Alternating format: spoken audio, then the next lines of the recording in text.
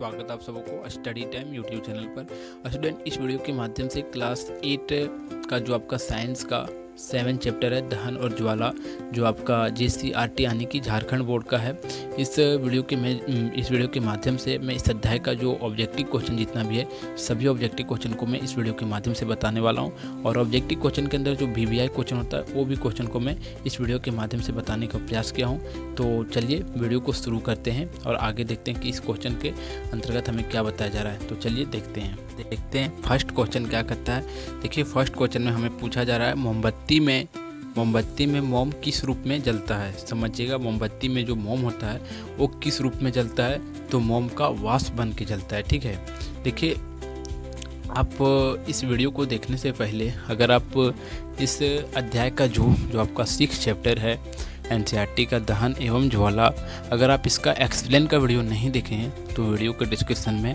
Explain का video का link दे दिया जाता है। आप एक्सप्लेन का वीडियो ज़रूर देखें। आपको स्क्रीन पर दिख रहा होगा कि एक्सप्लेन का वीडियो कौन सा है, तो आप एक्सप्लेन का वीडियो देख लेंगे तो क्या होगा कि जो ऑब्जेक्टिव क्वेश्चन है वो आपको कोई भी ऑब्जेक्टिव क्वेश्चन का आंसर आप खुद देते हुए आगे जाएंगे। ठीक है, तो चलिए अब देखते हैं अगला क्वेश्चन। और अगर किसी भी क्वेश्चन का अगर आप आंसर जानते हैं तो आंसर को तुरंत देने का प्रयास करें। अगला देखिए, कहा जाता है बारूद में निम्न रूप से कौन सा पदार्थ होता है। जो बारूद होता है उसमें निम्न रूप से कौन सा पदार्थ होता है, सल्फर होता है। इसका आंसर ए होगा। अब नेक्स्ट नंबर का क्वेश्चन है, तीसरा नंबर का। कहा जाता है घर में आग लग जाने पर आप क्या करेंगे। कि अगर आपके घर में आग लग जाता है तो क्या कहते हैं, फायर ब्रिगेड को फ़ोन करेंगे। ठीक है, इसका आंसर क्या होगा हमारा बी होगा। अब अगला नेक्स्ट चौथा नंबर का है। कहा जाता है निम्न में से कौन दहन के लिए आवश्यक नहीं है। सो पूछा जा रहा है कि आवश्यक नहीं है। ठीक है, तो इसका आंसर होगा डी होगा, दहन पदार्थ में तुरंत आग पकड़ने की प्रवृत्ति। ठीक है, अब अगला देखते हैं जो 5 नंबर का है। कहा जाता है माचिस की तिल्ली के सिर पर निम्न में से कौन सा पदार्थ लगा है। जो माचिस की तिल्ली होती है जो आप यूज करते हैं अपने घरों में, उसके पर आप देखते होंगे कुछ जो मतलब क्या होता है, वो बारूद तरह का ही होता है। तो कौन सा पदार्थ होता है वही पूछा जा रहा है। ठीक है, तो पांचवा का आंसर हमारा क्या होगा, ये हमारा जो है सो पोटेशियम क्लोराइड का मिश्रण होता है। ठीक है, इसका आंसर बी होगा 5 का। अब हम देखते हैं जो 6 नंबर का क्वेश्चन है। 6 नंबर का इसका देखते हैं। देखिए, कहा जाता है मोमबत्ती की ज्वाला का मध्य भाग कैसा दिखाई देता है। जो मोमबत्ती का ज्वाला का जो भाग होता है उसका मध्य भाग कैसा दिखाई देता है। जब आप जलता है तब आप देखेंगे कि मोमबत्ती का जो जलता है ऊपर का अलग कलर होता है, बीच का अलग होता है और सबसे अंदर का अलग होता है। तो 6 नंबर का क्वेश्चन का आंसर आपका हो जाएगा बी। ठीक है, पिल्ला होगा।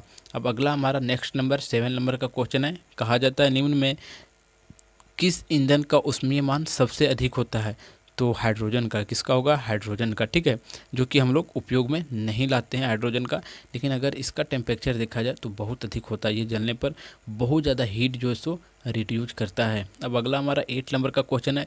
कहा जाता है विद्युत उपकरणों में लगी आग के लिए सबसे अच्छी अग्निशामक यंत्र है। यानी कि जब विद्युत उपकरण में आग लग जाती है तो वहाँ तो हम पानी से आग को नहीं बुझाते हैं, लेकिन वहाँ कैसे बुझाया जाता है आग को, वहाँ जो हमारे पास कार्बन मोनोऑक्साइड अर्थात आप देखते होंगे कि जो अग्निशामक यंत्र जिसे हम लोग फायर ब्रिगेडियर के रूप में यूज करते हैं जब कहीं आग लग जाता है तो। ठीक है, तो उसका उपयोग हम लोग ज़्यादा से ज़्यादा करते हैं और उसमें हमारा कार्बन डाइऑक्साइड गैस भरा होता है।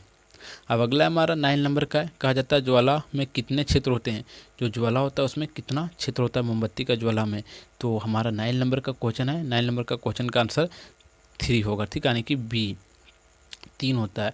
अब अगला हमारा 10 नंबर का क्वेश्चन है। देखिए, 10 नंबर का क्वेश्चन देखने से पहले आपसे एक रिक्वेस्ट है कि अगर आप हमारा वीडियो यहाँ तक देखे हैं, अगर आपको वीडियो अच्छा लग रहा है तो आप वीडियो को लाइक कर दीजिए और हमारे चैनल पर अगर आप नए हैं तो चैनल को सब्सक्राइब कर दीजिएगा।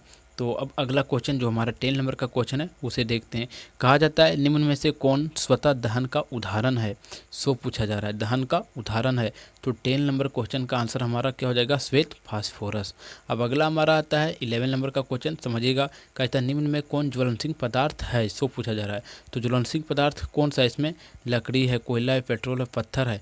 तो इसका आंसर समझिएगा 11 नंबर का आंसर हमारा हो जाएगा सी, पेट्रोल जो सो क्या है, ज्वलनशील पदार्थ है, इसमें तुरंत ही आग पकड़ लेता है। अब अगला हमारा आता है जो 12 नंबर का क्वेश्चन है, समझिएगा। कहा जाता है वह ताप जिस पर कोई पदार्थ जलना शुरू करता है क्या कहलाता है। यानी कि जैसे कि आपके पास है पेट्रोल है, तो पेट्रोल जो है सो किस टेम्परेचर पर जलना शुरू करता है उस ताप को हम क्या कहते हैं, ज्वलंत ताप कह देते हैं। ठीक है, अब अगला हमारा नेक्स्ट नंबर का क्वेश्चन आता है जो 13 नंबर का क्वेश्चन है।